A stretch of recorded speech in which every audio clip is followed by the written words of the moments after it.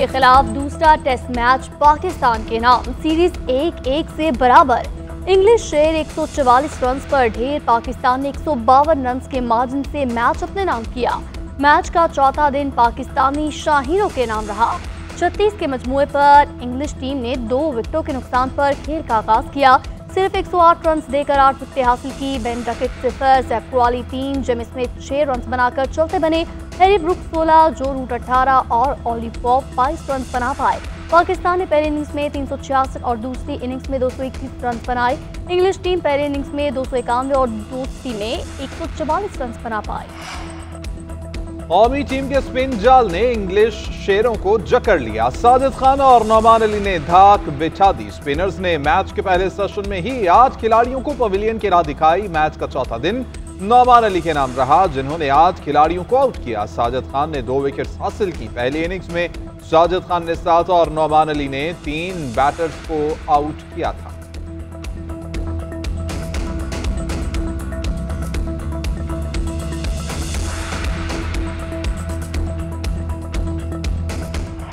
हमें कुछ ऐसी रिपोर्ट्स मिल रही हैं, हमारी मुफाहमत के रवैये को हुकूमत जो है वो उसको आसान नहीं ले रही। हमारे साथ एक तरफ मुज़ाकरात चल रहे हैं, दूसरी तरफ हमारे पार्लियामेंट के अराकीन को हरासा किया जा रहा है, किसी को अगवा किया जा रहा है। हुकूमत ये ओछे हथकंडे इस्तेमाल करना चाहती है तो फिर हम उनके साथ मजबूर होंगे कि मुज़ाकरात के प्रोसेस रोक दें और कोई रास्ता हमारे पास नहीं होगा। हम ये बदमाशी मानने को तैयार नहीं है। बात करो एहतराम के साथ जवाब देंगे।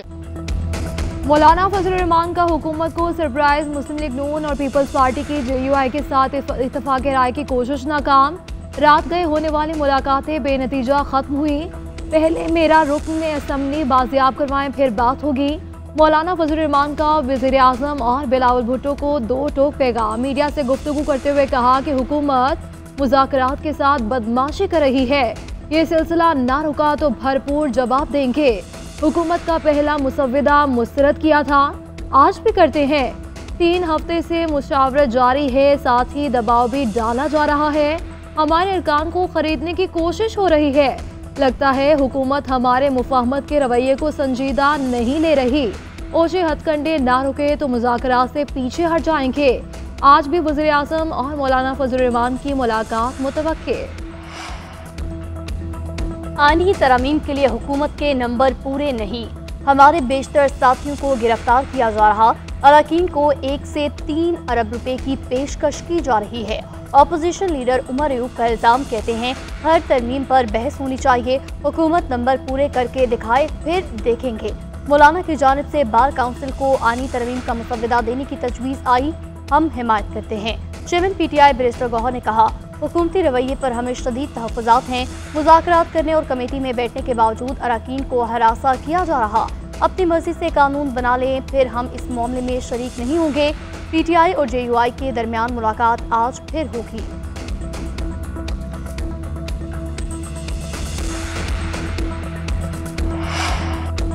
वफाकी काबीना का आज होने वाला इजलास मुलतवी, नई तारीख का ऐलान बाद में किया जाएगा। काबीना इजलास में मुस्तवदे की मंजूरी ली जाना थी। आईनी तरामीम का मुस्तवदा आज सेनेट में पेश किए जाने का इम्कान। 7 नुकाती एजेंडे में मुस्तवदा शामिल नहीं, ज़िमनी एजेंडे के तौर पर शामिल किया जा सकता है।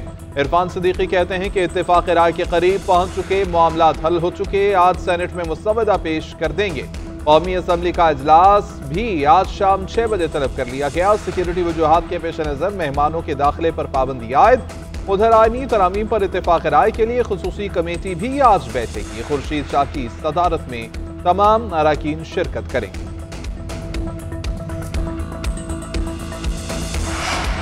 मकसूद नशिस्तें किस जमात को मिलेंगी? इलेक्शन कमीशन का आखिरी इजलास कुछ देर बाद होगा। चीफ इलेक्शन कमिश्नर और अरकान हतमी फैसला करेंगे। स्पीकर कौमी असम्बली के खत का जायजा लिया जाएगा।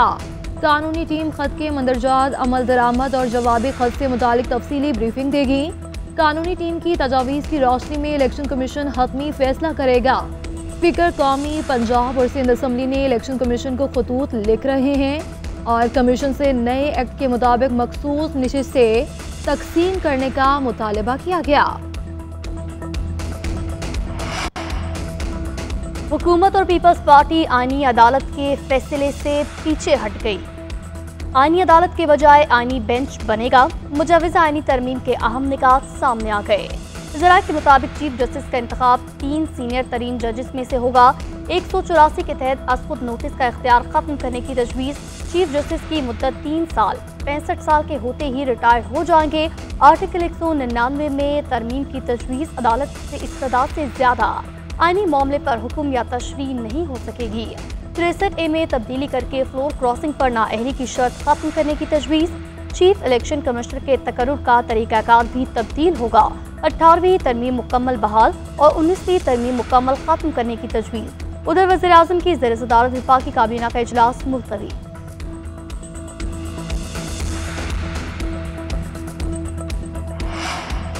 तहरीके इंसाफ का मुजव्वज़ा आईनी तरामीम के खिलाफ आज मुल्क गिर एहतजाज का ऐलान। दफा 144 की खिलाफ वर्जी पर पुलिस भी मुतहर्रिक। खिलाफ वर्जियों पर गिरफ्तारियां की जाएंगी। वज़ीर आला अली अमीन गंडापुर कहते हैं कि हमें निशाना बनाएंगे तो बारी आपकी भी आएगी। जोर जबरदस्ती और कैदोबंद से काम न बना तो आईनी तरमीम लाई जा रही है। तरामीम का रास्ता रोकने की हर मुमकिन कोशिश करेंगे।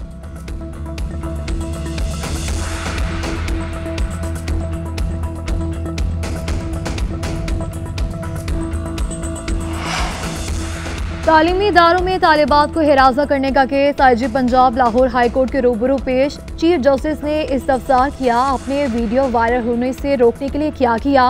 आईजी ने बताया, हमारे पास कोई अथॉरिटी नहीं, पीटीए रोक सकती है। चीफ जस्टिस ने रिमार्क्स दिए कि जब आग भड़के तब आप हरकत में आते हैं। आपकी नाकामी है कि आपने बच्चों के सड़कों पर आने का इंतजार किया। 2 दिन की ताखीर का हिसाब दें। एडवोकेट जनरल पंजाब ने मौक़िफ़ इख्तियार किया कि बच्ची कॉलेज से छुट्टियों के दौरान ज़ेरे इलाज थी और जिंदा है। अदालत ने तालिबात हिरासगी, जाली वीडियो और एक्स पाबंदी केस यकजा कर दिया। LCW की तालिबा का बयान कलमबंद करने की हिदायत कर दी। दबाव की सूरत में सख्त कार्रवाई का इंदिया दे दिया।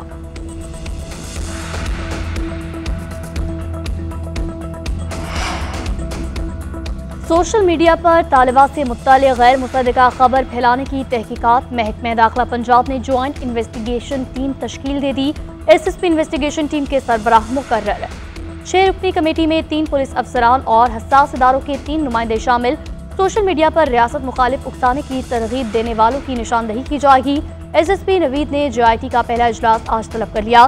पंजाब भर के तमाम तालीमी इदारे आज बंद। सूबे में दफा 144 का नफाज। एहतजाज, जुलूसों और मुजाहिरों पर मुकम्मल पाबंदी आई।